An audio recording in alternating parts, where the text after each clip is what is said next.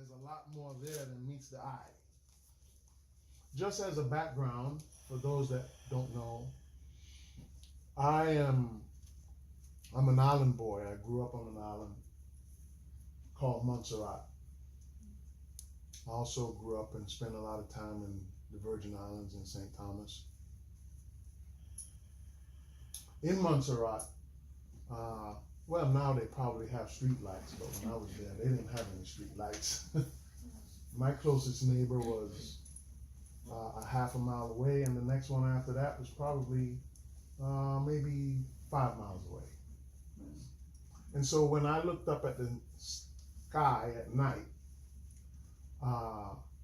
and there are certain nights that are darker than others, depending on the moon, it was like I could reach out and touch the stars. You know, and sometimes they were so vivid, it could be kind of frightening. It can shake you up a little bit, you know, if you stay looking at them long enough. This is when I knew that there was a lot more to my existence than meets the eye, so to speak. So I want to go into Genesis right in the beginning because I'm also trained as a scientist and an engineer. And I was fortunate enough that I had professors that believed in God, that knew God. So there wasn't this struggle between, you know, science and creation. And so when I look at the religious text, no matter what the text is, whether it be an interpretation or translation of King James or the Vedic scriptures, or doesn't matter what I look at, I see a lot deeper. Another thing that I want to talk about today is the fact that we, and you wouldn't be here if you weren't searching the same kinds of corners and nooks and crannies that I'm searching. We're all searching for something that would make the light bulb either come on or make it shine even brighter, to give us what I call a knowingness.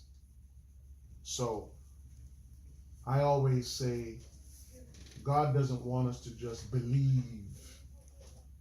God wants us to know. This is a relationship. And the way we get this relationship is through our expression, by experiencing,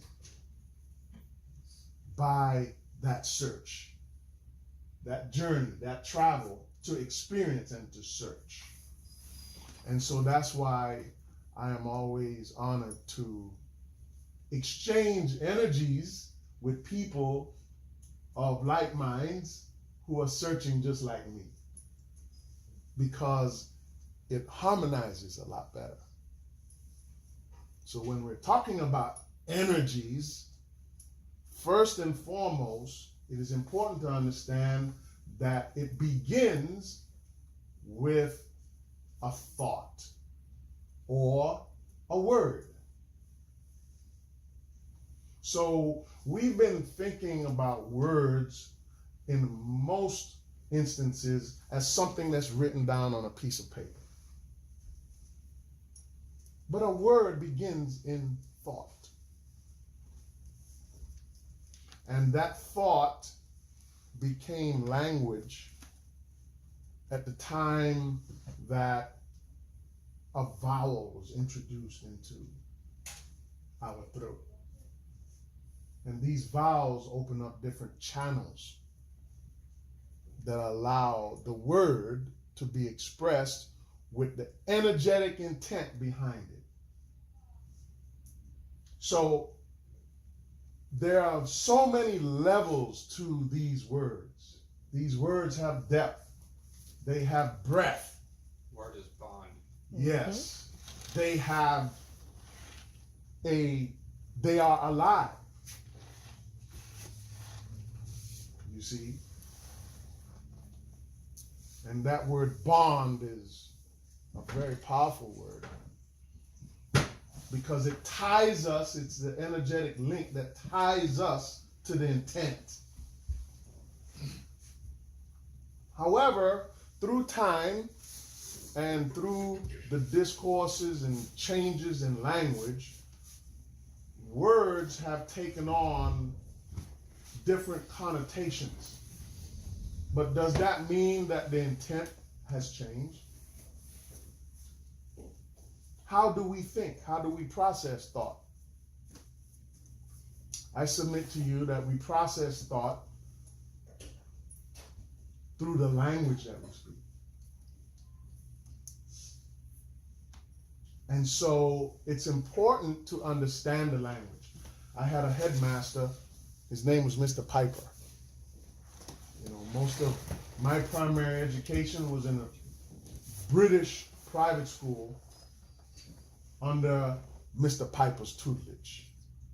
And so from the beginning, Mr. Piper taught us that words are very, very important. But he also taught us that learning never stops. And his job was not to teach us anything other than how to learn, which was interesting. How to learn. So no matter what standard we were in, whether it's from the first standard through the fifth standard, we all had to ask the questions when, where, why, how, and who. As it relates to anything. When, where, why, how, and who. So early on as a little boy, I found myself looking around my surroundings and wondering, where is this? It felt like a dream. And I was trying to discern, is this real? Little boy. I can remember my memory. And by the way, I'm not saying anything to you. I always start with this, that you don't already know. I'm just jogging your memory a little bit. I'm just trying to agitate and bring out some things that are already there, that have been there since the beginning of time. Because we all created all of this together. We all did. And I'll show you. In the beginning, God created the heaven and the earth was without form and void, and darkness was upon the face of the deep, and the Spirit of God moved upon the face of the waters. Now, depending on which translation you read, God said, let us. So that's the first very curious thing to note. So just now we closed our eyes in a meditative state. And what did you see? The very first thing you saw is this same darkness, this same void. We don't have to travel and mount a rocket ship. All right, they just put another satellite in space the other day, right? We saw SpaceX or something. SpaceX launch, right? You know, We don't have to ride one of those to get back to source, to get back to where we came from. All you have to do is close your eyes. And you're there that quick. That rocket ship can't travel fast enough to take you there. It's amazing that we can get there instantly. Just close the eyes. So it's important to know who we are. And if we're to use the little clues that were given to us, all right, because they are clues right in front of our face to show us exactly who we are and where we came from. So the earth was void and without form, and darkness was upon the face of the deep, and the Spirit of God moved upon the face of the waters. So if we were to investigate this a little further, we would know that the waters that it's referring to are actually the ethers within our ethos. Okay? Today, scientists look at this and it's dark matter. And that dark matter has an energy within it. It has an energetic framework.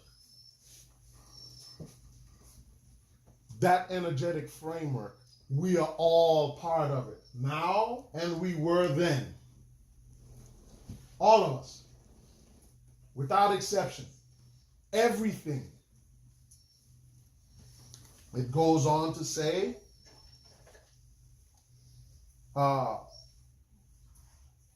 that the earth was void and without form. So it's letting us know the earth was there. The earth has, even though it had no form, it was void, it was empty, but it was there. Or else it wouldn't even be mentioned. In other words, all of the elements, all of the force that makes up earth was there. The vibrational energy that made up earth was there.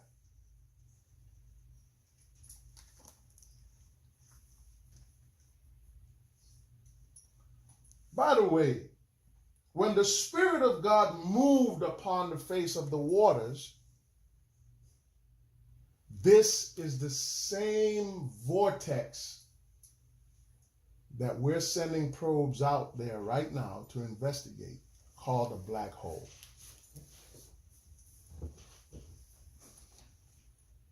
In other words, when we take dark matter and we put that dark matter into motion, these swirlings we call a vortex. And so this is how energy moves. Energy moves in a vortex, and all around, no matter where you look, we have vortices of energy swirling all about us, all throughout the universe. The quickest way to see this in action is to take a rope and just move it. And you'll see it in a little two-dimensional wave. And so today, we're no longer just studying, protons and atoms and things like that. We're actually studying waves of energy. Waves of energy. So inside of each body,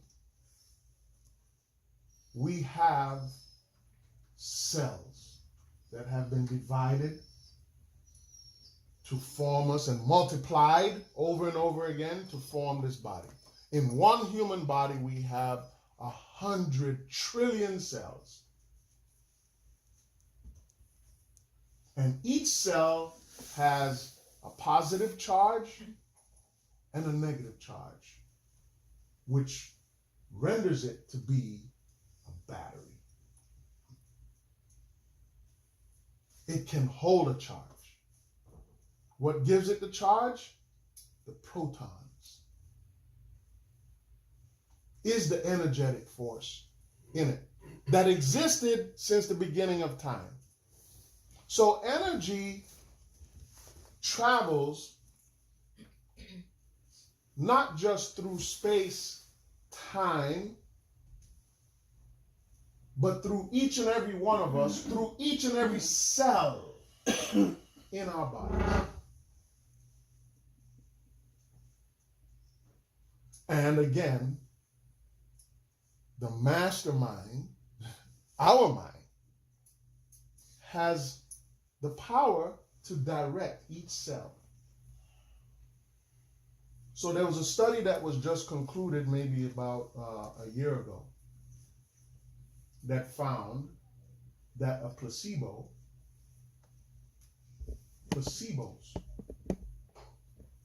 have been found to be more effective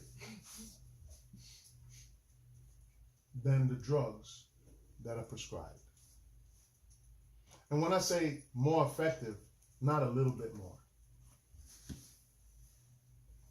50% more effective.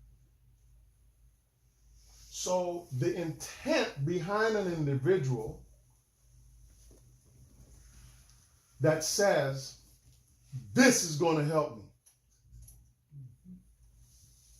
that alone has the effect to direct the cells to correct themselves. So Yeshua would go around to anyone that asked and heal them.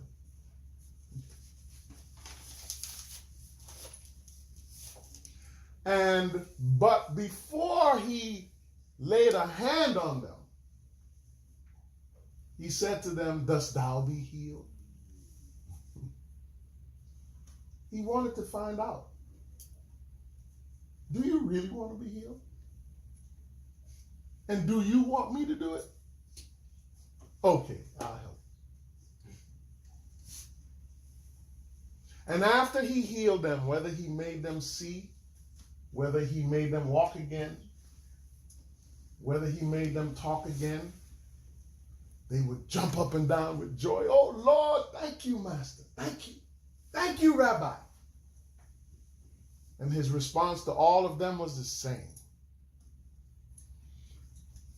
Thus was healed because ye believed. The answers and the clues are right there all the time, in plain sight. So the program that has been inserted into this ego is doubt. Doubt. Starting with the first not.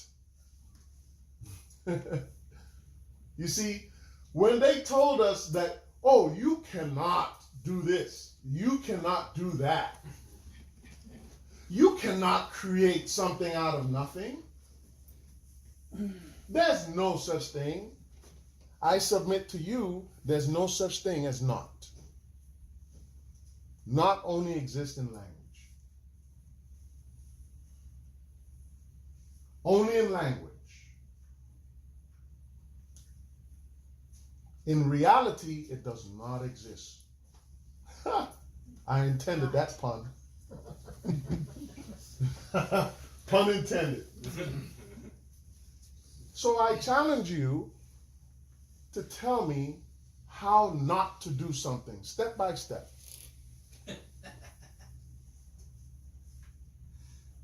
Anybody care to try? Up for the challenge? In other words, you can explain to me step by step how to tie your shoe. Could you please? What are the steps of tying a shoelace? Could you? Yeah, tell me. Tell you. Yeah, step by step. How do we tie our shoes? Well, first thing you do is you picture yourself doing it. Yes, Then you have the intent. I'm going to tie my shoes. yes. Then it becomes second nature. I like his technique. No, I want you to talk to me as technically. I want you to give me the 1, 2, 3 step, The bunny ears the thing. mechanical step. Yeah. I'm going to simplify everything. Yes. So, I know. Take the laces, you cross the laces, pull them tight. Right. The way I do it, because I was taught by someone else. Yes. I was too. You take one lace, make a loop, and then take the other lace and pull it through that loop, and then tie it. Great. So that's a step-by-step That's awesome. analogy. And we have this for everything. Mhm. You know, washing the car, ironing the shirt, building a house. You know, we must first prepare the land, planting seed, reaping crops. So now, give me step by step how not to tie the shoe. I can't. Without using the word not, by the way. Notice he didn't use the word not. Whenever we get ready to do something, there's no knots in it. Well, to speed this along, in order not to do something, we need only do something else. Yep. That's simple. But from a mechanical standpoint, there's no such thing as not. Only in language. This is the reason why when we tell the young ones, don't do that. Don't do this. No, don't do. The first thing they do is what? They do it. They need a frame of reference. Okay? Because you see, there's no energy for that. There's no energy for that. Now, the wise men in the East say that there's such a thing called the great knot. They refer to this as the philosopher's stone. But that's a totally different connotation. Okay? The great knot is the darkness. It's the darkness. Only God can reside there. It is so dense. This is the ethers in its purest form. It's energetic clay. This is what God put into motion. This is why a black hole has such a dense gravitational field. It is so dense that light, it supposedly is not supposed to be able to escape it. Now we know better. Little swirlings of light, little sparks of energy swirl off on the outer bands. So tiny, you cannot see them with the naked eye. So, the thought form generates a vortex. Okay? It generates a vortex of energy. Even our cells have a vortex. They spin. The protons, the electrons, and neutrons all have an orbit.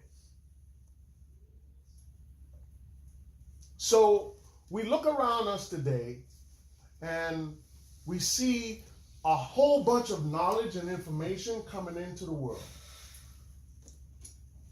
Things that used to be uncovered, that used to be covered up, are no longer secret anymore.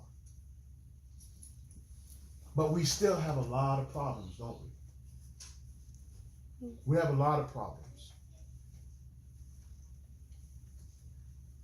So, God said, let us make man in our own image and in our own likeness. Curious that he used this thing, this plural thing called us and our. Isn't that interesting? Let us. He didn't say let me. Let us make man in our own image and in our own likeness. Isn't this interesting? So you see, we are co-creators with Source, with God. We were right there. This is why you're like the way you are. You're the way you are. You're your likeness. We are all the likeness that we help to create, that we help to form.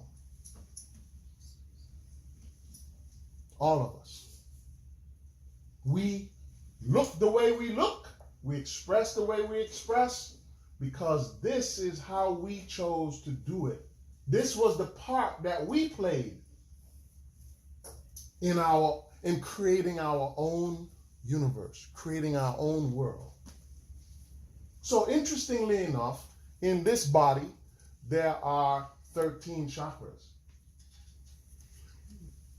In our galaxy, the Milky Way, all right, in our universe, all right, there are 13 constellations. And if we were to take a ruler and draw a line between all of them, they are exactly equidistant to the chakras in the human body. Curious, isn't it? So, the fact of the matter is that as a collective, we exchange energies, we exchange vibrations, we exchange thoughts, and these thoughts, as I said before, travel out in a vortex. That vortex then turns into a wave, and those waves collide. It's up to us how they merge, based on the intent that we bring forth. So, the energetic framework of the zodiac, the astrological framework that has been set in place, we too had a role in that. And it's interesting to note that all of those energies are present in all of us. Again, energies, vibrations, thought forms. So I'm going to do another quick little demonstration. Most of us have been taught that to shine light on something, we must illuminate it. Well, my headmaster, Mr. Piper, would say, no, son. Illuminate means no light. It starts with the prefix ill, which means no. So just imagine, there are thousands of words like this in the English language. They start with prefixes that say no. But we think and we express them as if it says yes. This is what I call a cognitive dissonance. It creates a cognitive dissonance. It creates a thought dysfunction. So if we're going to free ourselves, because at the end of the day, isn't this what we're seeking? What are we really seeking? Are we seeking God or are we seeking freedom? What are we seeking? God is love. What is love? Love is freedom. We're seeking peace. Peace is freedom. They all basically harmonize with one another. So these energies that we're talking about, how do we relate with them? How do we invoke them in a way that's beneficial to us? How? Well, the first thing we have to do is be mindful. We have to be mindful, and we have to explore our minds. We have to be willing to explore what is inside of us, because that's where it is. It's not outside. If we look anywhere outside for the answer, it is not there. Notice the word not. In other words, anything outside of us is really an illusion. It's an illusion. Trust me. It's not what it seems. Until we look deep down inside and we close our eyes, it's not what it seems. Our illnesses, the disease, the discomforts that we feel, can all be tied back to a thought form. They can all be tied back to an experience, a memory, which again is a thought form that we've held on to. So how do we unshackle ourselves from this? We have to deprogram. The only way to do that is to put the ego in its proper place. So instead of allowing the ego to dictate all of our movements, all of our judgments, we allow our true mind, our true self, our true spirit to dominate. And in order to do that, we must quiet that ego and put it in its place. And that's an intention. We must intentionally do that. I have this saying, and Josie,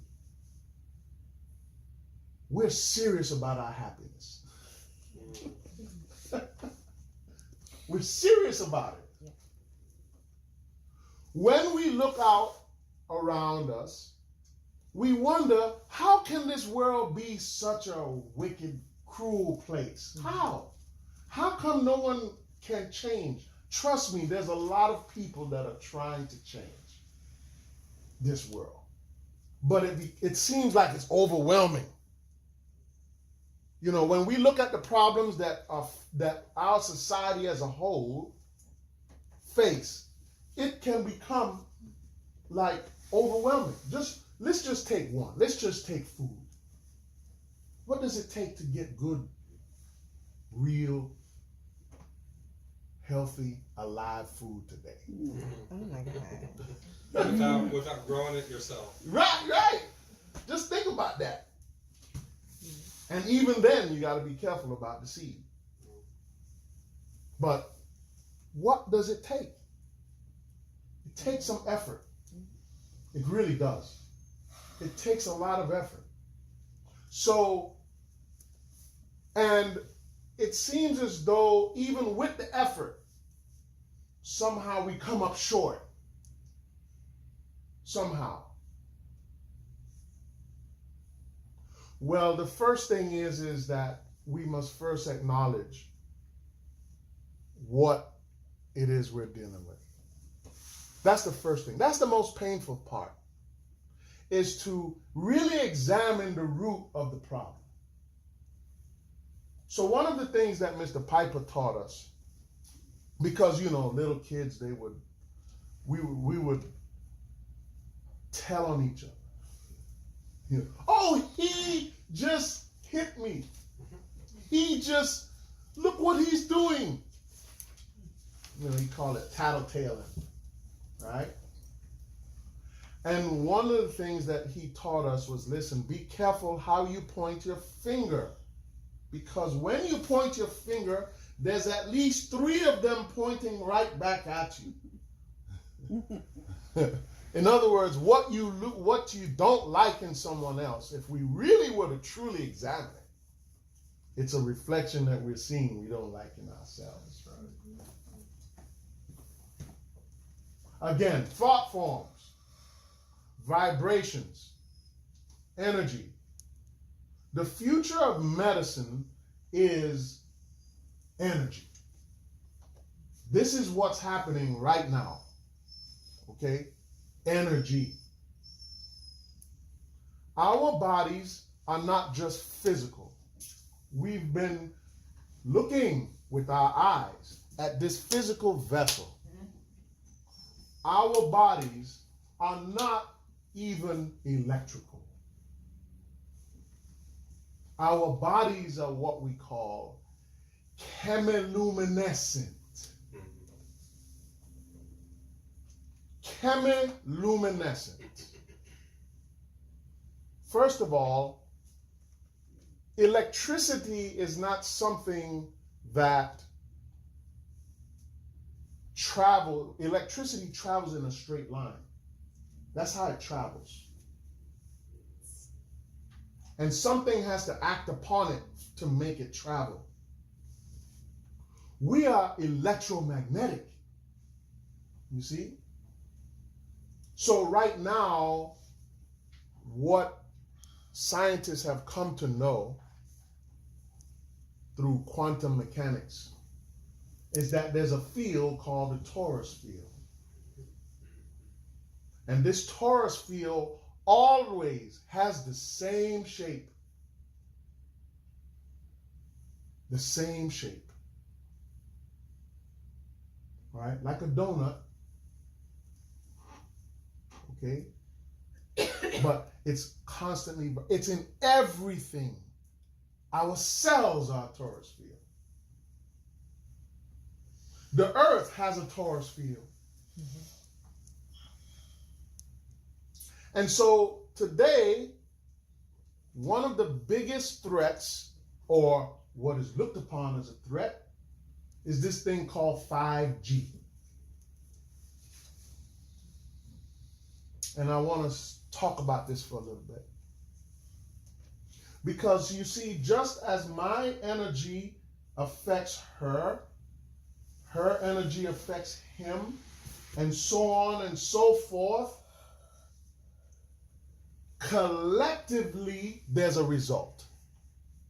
There's a collective result. So I could sit here and doubt and cause myself to really truly believe that, look, I'm good. I'm good. I'm not hurting anybody. But guess what? Yes, I am. Yes, I am. Because there are times when I have thought dysfunction. And I take something the wrong, and I don't reconcile it. I take it personal. Guess who's taking it personal? The ego. The ego is taking it personal, not me. The ego has to have something to attach to. That's where the attachment comes in. The ego it needs it. It needs something to grab. To that frame of reference. That's why the little child has to say, okay, don't touch. What does that mean? The child is trying to find, the ego now is trying to find a frame of reference. Okay? So 5G has done something which is it's all about bandwidth. Okay? That's what it's about. The powers that be, they want to be able to process more data. And they want to process it instantly. on a quantum level. And when we interact with our social media platforms, through the telephone, through the computer, what have you, the quicker they can process that data, the quicker they can respond. With an ad, with anything, the quicker they can react. Well, this is something on a technological level called 5G. Cell towers, modems. But this already exists. It existed way before that. We know this as a morphic resonance. This morphic resonance is the thought that I have that impacts on you, it impacts on you, and vice versa. My thoughts have an impact on everyone in this room because my thought sends out a vortex which then turns into a wave which then interacts with anything that it comes into contact with. And so therefore, collectively, when we look at the news and we see all of the despair, all of the fear, all of the anxiety that's being peddled, and we take it in, guess what? Those words are doing. They are words. They are energies that impact on us that is then reverberated back out on each other. Mm-hmm. And much of it we don't even truly understand, believe, or know. It's just happening. This is where our awareness must come in. So we don't talk politics, but politics is something that everybody talks about in terms of where we should go, here or there. Nope. This is another external projection. We are looking outside for the solution. I submit to you that our government is not our solution. The solution begins with each and every one of us. Mm-hmm. Each and every one of us. Just by having a gathering such as this is a solution. Mm-hmm. We have to begin to build communities again around our own unique, wholesome, energetic framework. We have to begin to build our own resonance again. In other words, if we want things to be better, we must first work with ourselves. So when we have to be careful what we eat mentally.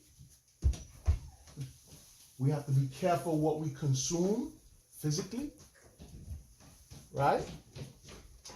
And we have to, this is something that requires work. Requires work. It requires effort. But trust me, it is very, very rewarding. It's extremely rewarding. Because the next thing you know, everyone that you run into will come to you and say, oh, by the way, how can I get in touch with you? It's not really you they want to get in touch with. It's the feeling. It's the energy. It's the vibration. And this is what we must take control of. We must take control of our own energies. Now, when we add up, by the way, each one of those cells puts out about 0.3 volts of energy. Calculated. Wow. How much? Mind-boggling. Yes. How much energy is in one human body? A lot. That's a lot of voltage. It's a lot of energy. So when we begin to think a certain way, oh, I'm too old to get well again.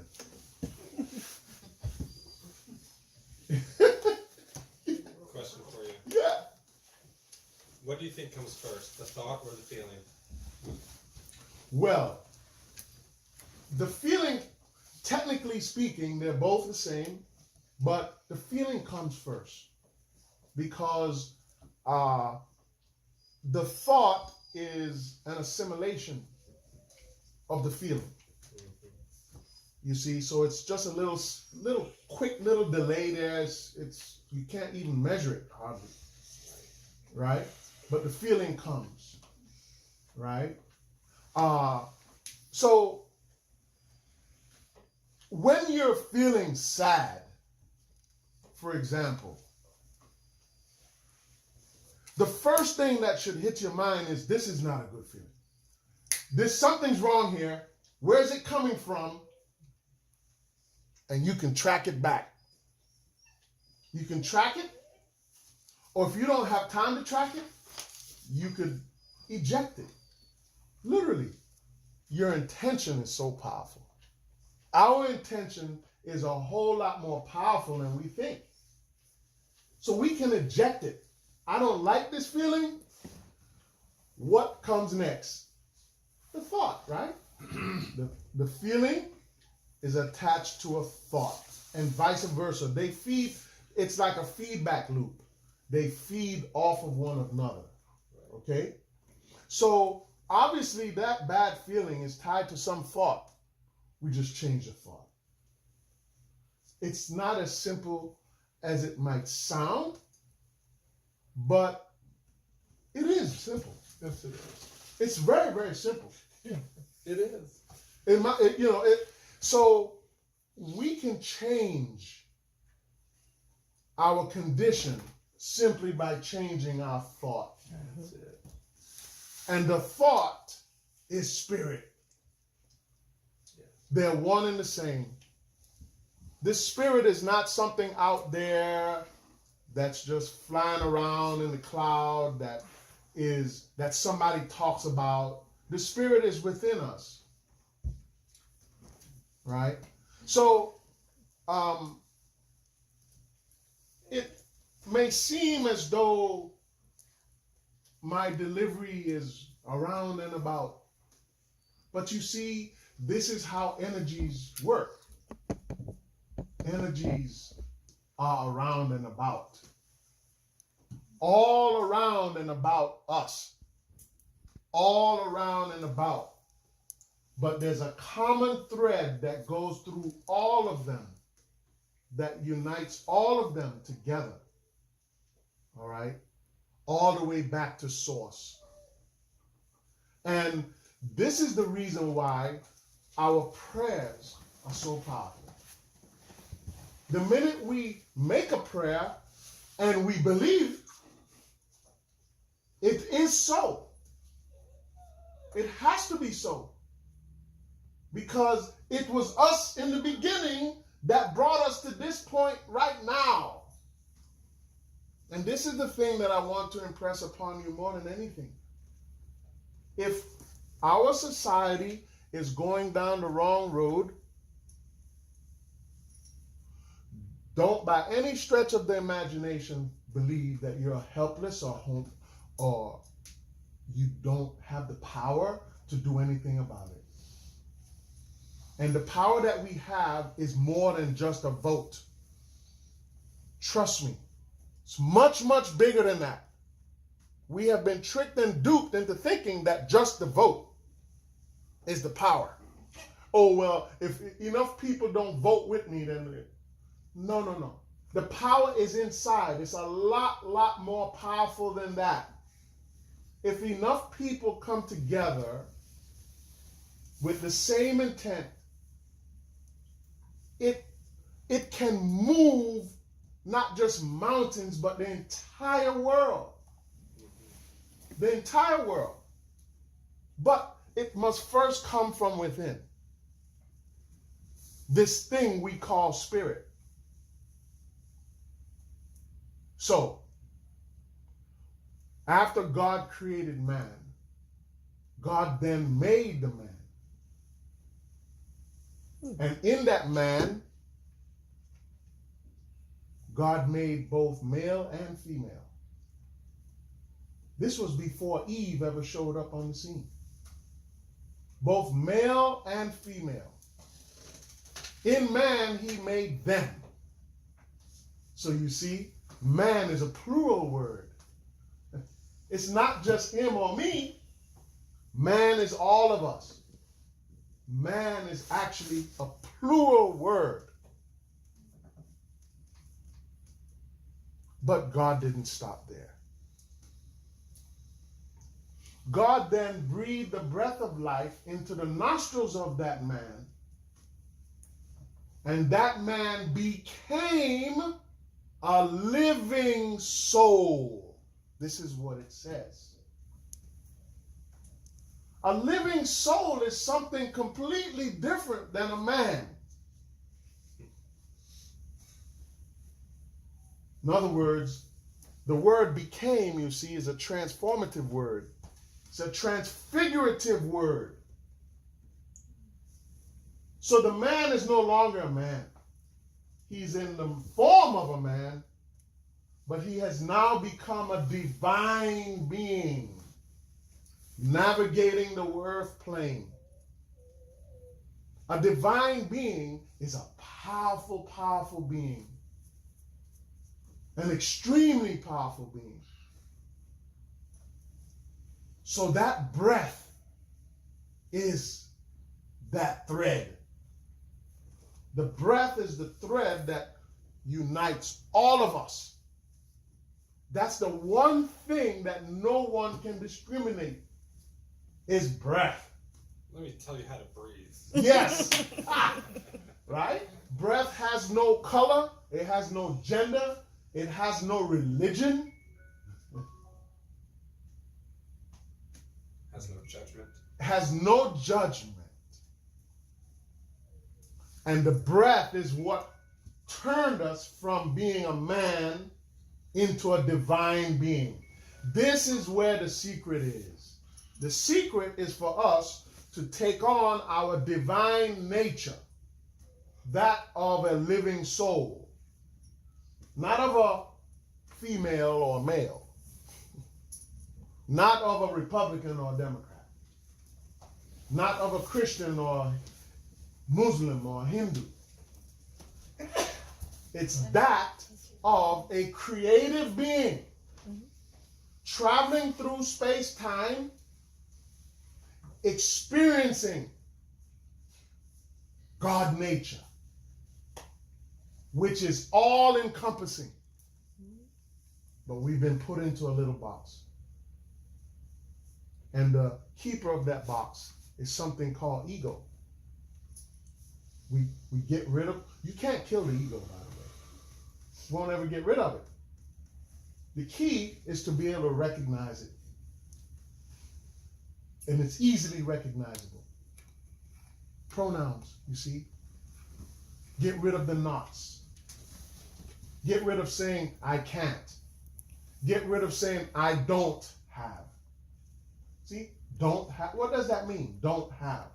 We have all of this power, this energy that I've just proven. Science has proven this. But we don't have? How can we say we don't have? We've come so far. Do you know how far source is? Well, guess what? Source